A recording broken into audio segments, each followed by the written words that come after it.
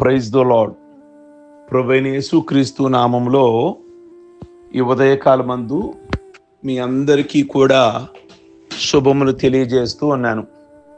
ఈ ఉదయకాలమందు బుధవారము 11 గంటల నుంచి 1 గంట వరకు కూడా మన మందిరములో ప్రార్థన ఉంటుంది.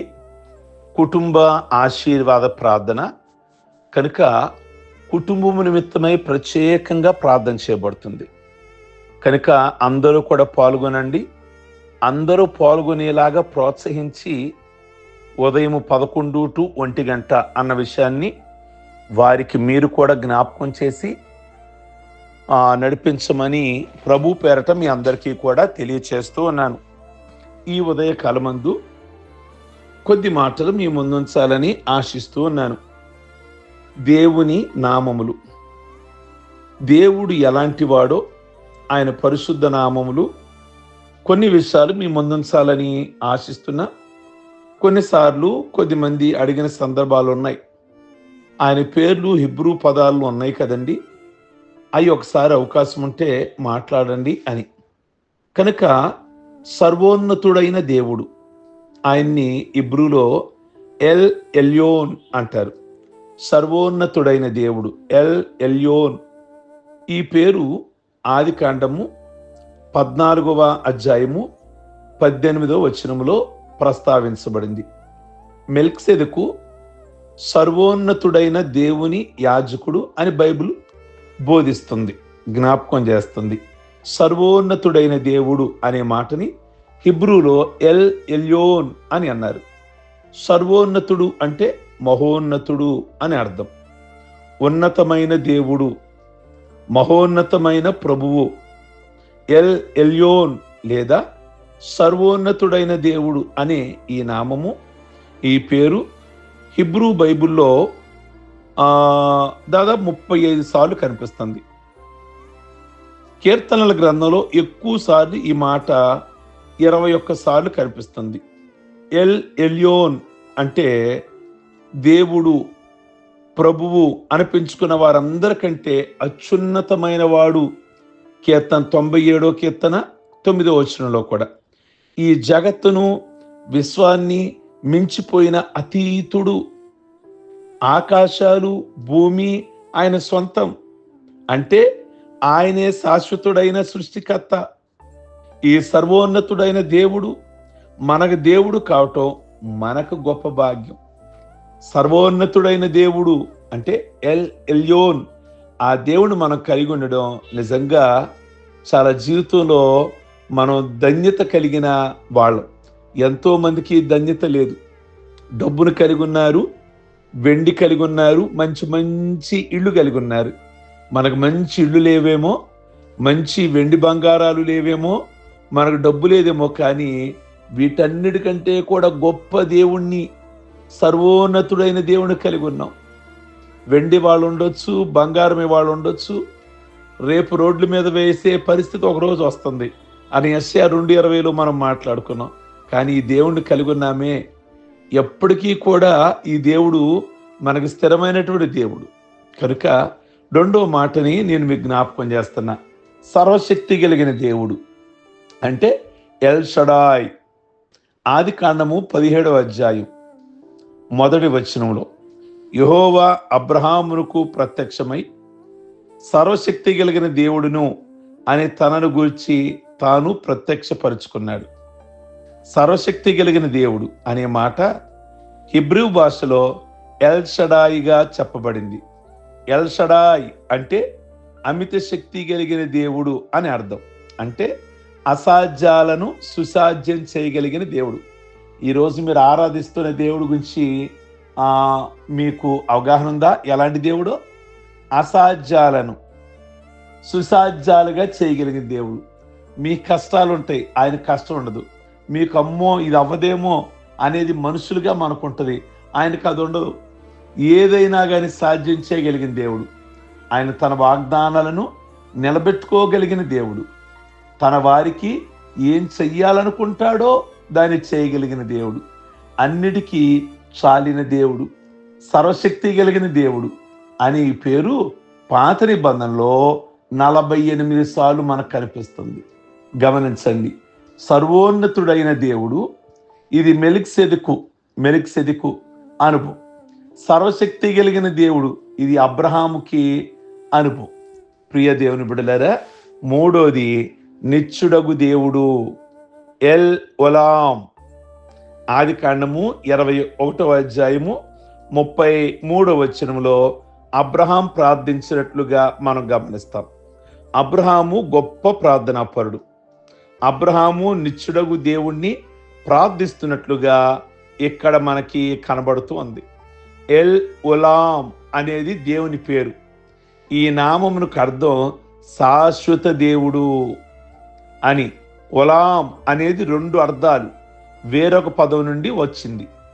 దాగి ఉండే లేక రహస్యమైన, రెండోది కలకాలము ఉండే లేక శాశ్వతమైన అనే.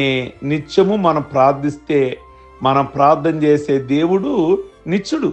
మనం ప్రార్థన చేసే దేవుడు నిత్యుడు.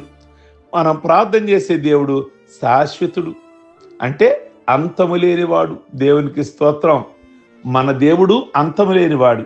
అందుకే అల్ఫా ఒమేగా అంటే మొదటి వాడును నేనే, కడపటి వాడును నేనే, అంటే చివరి వాడును నేనే, అంటే అంతము లేదు, నాకు అంతము లేదు. ప్రియ దేవుని బిడ్డలారా, నాలుగోది బేతేలు దేవుడు, ఎల్ బేతేల్. కనుక ఆది కాండము 28వ అధ్యాయము 19వ వచనంలో అతడు ఆ స్థలానికి బేతేల్ అని పేరు పెట్టాడు. పూర్వం ఆ ఊరి పేరు లూజు. దేవుని యెహోవా నామమును గూర్చి, ఆ నామ ప్రత్యేకత గూర్చి మనం ధ్యానిస్తున్నాం. ఒకటి సర్వోన్నతుడైన దేవుడు, రెండోది అది మెలిక్సెదెకు అనుభవం, రెండోది సర్వశక్తి కలిగిన దేవుడు, ఇది అబ్రహాం యొక్క అనుభవము, మూడోది నిత్యుడగు దేవుడు, ఇది కూడా అబ్రహాం యొక్క అనుభవమే, నాలుగోది బేతేలు దేవుడు, ఇది యాకోబు యొక్క అనుభవం. బేతేలు అంటే దేవుని ఇల్లు అని అర్థం. పాత నిబంధనలోని అతి ప్రాముఖ్యమైన స్థలాలలో ఇది ఒకటి. ఒకప్పుడు ఇది లూజు అని పిలువబడేది. వ్యతిరేకమైన లూజు అనబడిన ఈ ప్రదేశం దేవుని గృహంగా మారడం యాకోబు గమనించాడు. బేతేలు పరలోక ద్వారం. యాకోబు ఆశీర్వాదాలు పొందిన స్థలం బేతేలు అనేది. కనుక ప్రియ దేవుని బిడ్డలారా, ఈ రోజున ఆయనకి యాకోబుకి ఎల్ బేతేల్ అనగా ఆయనకి అనుభవం అన్నమాట. ఐదవది ఇమ్మానియేల్. యెషయా గ్రంథం 7:14లో, మత్తయి సువార్త 1వ అధ్యాయం 23వ వచనంలో ఈ నామం గురించి మనకు అక్కడ కనబడుతుంది. ఇమ్మానియేల్ అంటే దేవుడు మనకు తోడు అని అర్థం. ఇంకా వివరంగా చెప్పాలి అంటే దేవుడు మనతో ఉన్నాడు. ఇమ్మానియేల్, దేవుడు మనతో ఉన్న దేవుడు. సర్వకాల సర్వ వ్యవస్థలలో అనువైన దేవుడు ఇమ్మానియేల్. ఈ వాగ్దానం యేసుక్రీస్తులో నెరవేరింది. ఇది దేవుని వాగ్దాన సాఫల్యం. 700 సంవత్సరాల పూర్వం యెషయా ద్వారా చెప్పబడిన వాగ్దానం నెరవేర్పు ఇమ్మానియేల్. కనుక యెహోవా అనే మాటకు భావం ఉండడం అనే అర్థం వచ్చే హిబ్రూ పదం నుండి వచ్చింది. కొందరు హిబ్రూకు దగ్గర ఉండేలా యావే యెహోవా అనేవాడు కాదు, యావే లేదా యాహ్వే అని రాస్తారు. దీనికి ఉన్నవాణ్ణి అని అర్థం. అంటే పూర్వం నుండి ప్రస్తుతం ఉంటూ భవిష్యత్తులో కూడా వచ్చేవాడని ఉండేవాడని దాని అర్థం. ఆయన శాశ్వతంగా ఎవరితోనూ నిమిత్తం లేకుండా దేవుడై ఉండేవాడు, స్వయంభవుడు. పాత నిబంధన గ్రంథంలో యెహోవా అనే మాట 6000 కంటే ఎక్కువ సార్లు కనిపిస్తుంది. ఇది దేవుని జ్ఞాపకార్థ నామం. తరతరాలుగా యూదులు ఈ నామమును, ఈ పేరును జ్ఞాపకం ఉంచుకోవాలి.